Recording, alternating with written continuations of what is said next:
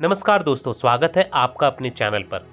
आज के इस वीडियो में बात करेंगे भारत की सबसे बड़ी आर्थिक समस्या बेरोजगारी के बारे में।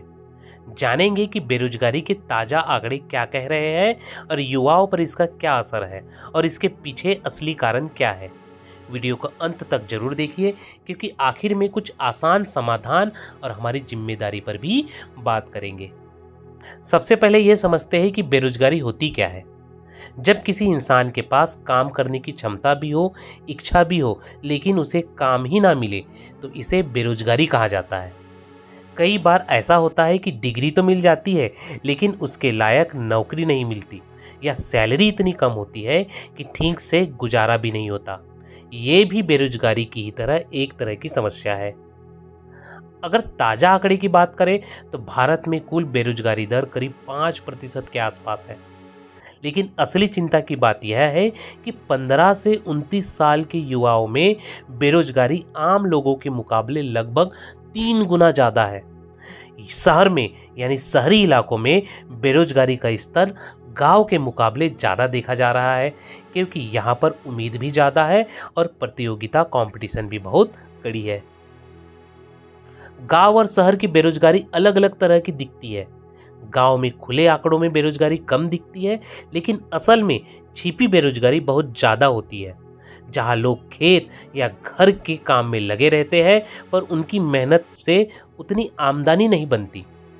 शहरों में ज्यादातर डिग्रीधारी और स्किल्ड युवा नौकरी के लिए भटकते दिखाई देते हैं, और अब महिला भी बड़ी संख्या में नौकरी की तलाश कर रही है, जिससे कंपटीशन और भी बढ़ जाता है। चलिए इनके पीछे के कारण को अपन देखते हैं। पहला बड़ा कारण है तेजी से बड़ी आबादी और उसके मुकाबले कम नौकरियां। हर साल लाखों की संख्या में नए युवा 10वीं 12वीं ग्रेजुएशन और प्रोफेशनल कोर्स करके नौकरी की तलाश में खड़े हो जाते हैं। लेकिन देश की अर्थव्यवस्था इतनी तेजी से नई नौकरी नहीं बना पा रही है। ऊपर से कई कंपनियां ऑटोमेशन और कॉस्ट कटिंग के नाम पर कम लोगों में ज्यादा काम करवाने लगी है। दूसरा बड़ा कारण है स्किल मिसमैच। हमारी शिक्षा ज्यादातर किताबों और थ्योरी पर आधारित है, जबकि कंपनी को ऐसे लोग चाहिए जिन्हें काम आते हो, जैसे digital skill, technical skill, communication, team work वगैरह। इसी वजह से बहुत सारे इंजीनियर, ग्रेजुएट और डिग्रीधारी युवा जॉब मार्केट में आते तो है, लेकिन कंपनी को वो जॉब रेडी नहीं दिखते और बेरोजगार रह जाते हैं, या बहुत से कम सैलरी पर समझौता कर लेते हैं। तीसरा सबसे बड़ा कारण है ऑटोमेशन और नई टेक्नोलॉजी, जैसे रोबोट, सॉफ्टवेयर और एआई। कई जगहों पर जहां पहले 10 से 15 लोग काम करते थे, अब वही काम मशीनों और कंप्यूटर से हो रहे हैं, जिससे कम स्किल वाली नौकरियां सबसे ज्यादा प्रभावित हो रही है। हाँ, टेक और आईटी जैसे नई सेक्टर में नौकरियां बन भी रही है, लेकिन वहाँ के काम के लिए बहुत हाई लेवल की स्किल चाहिए, जो हर किसी के पास नहीं होती। चौथा बड़ा कारण है खेती पर जरूरत से ज़्यादा निर्भरता। आज भी देश की बड़ी आबादी, यानी करीब आधे के आसपास लोग किसी न किसी रूप में कृषि पर निर्भर है, जबकि खेती से उतनी आमदनी नहीं निकल पाती। अक्सर होता यह है कि एक छोटे से खेत पर पूरे परिवार के 4 से 5 लोग लगे रहते हैं। बाहर से देखने पर सब रोजगार में दिखते हैं, लेकिन असल में अगर वही काम 2 लोग भी कर सकते, तो बाकी लोगों को दूसरे तरह की रोजगार मिल सकती थी। इसे ही छिपी बेरोजगारी कहा जाता है। और पांचवा सबसे बड़ा कारण है उद्योग और मैन्युफैक्चरिंग की धीमी रफ्तार। देश की आबादी के हिसाब से फैक्ट्री, प्लांट, छोटे मझोले उद्योग उतनी तेजी से नहीं बढ़ पा रहे हैं जितनी जरूरत है। ऊपर से सरकारी नौकरी हर साल बहुत सीमित संख्या में आती है, लेकिन फॉर्म भरने वाले लाखों लोग रहते हैं, जिसमें कंपटीशन और बेरोजगारी दोनों बढ़ती है। युवा बेरोजगारी के नतीजे क्या होते हैं? युवा बेरोजगारी के नतीजे सिर्फ अर्थव्यवस्था तक सीमित नहीं रहते, ये समाज पर भी असर डालते हैं।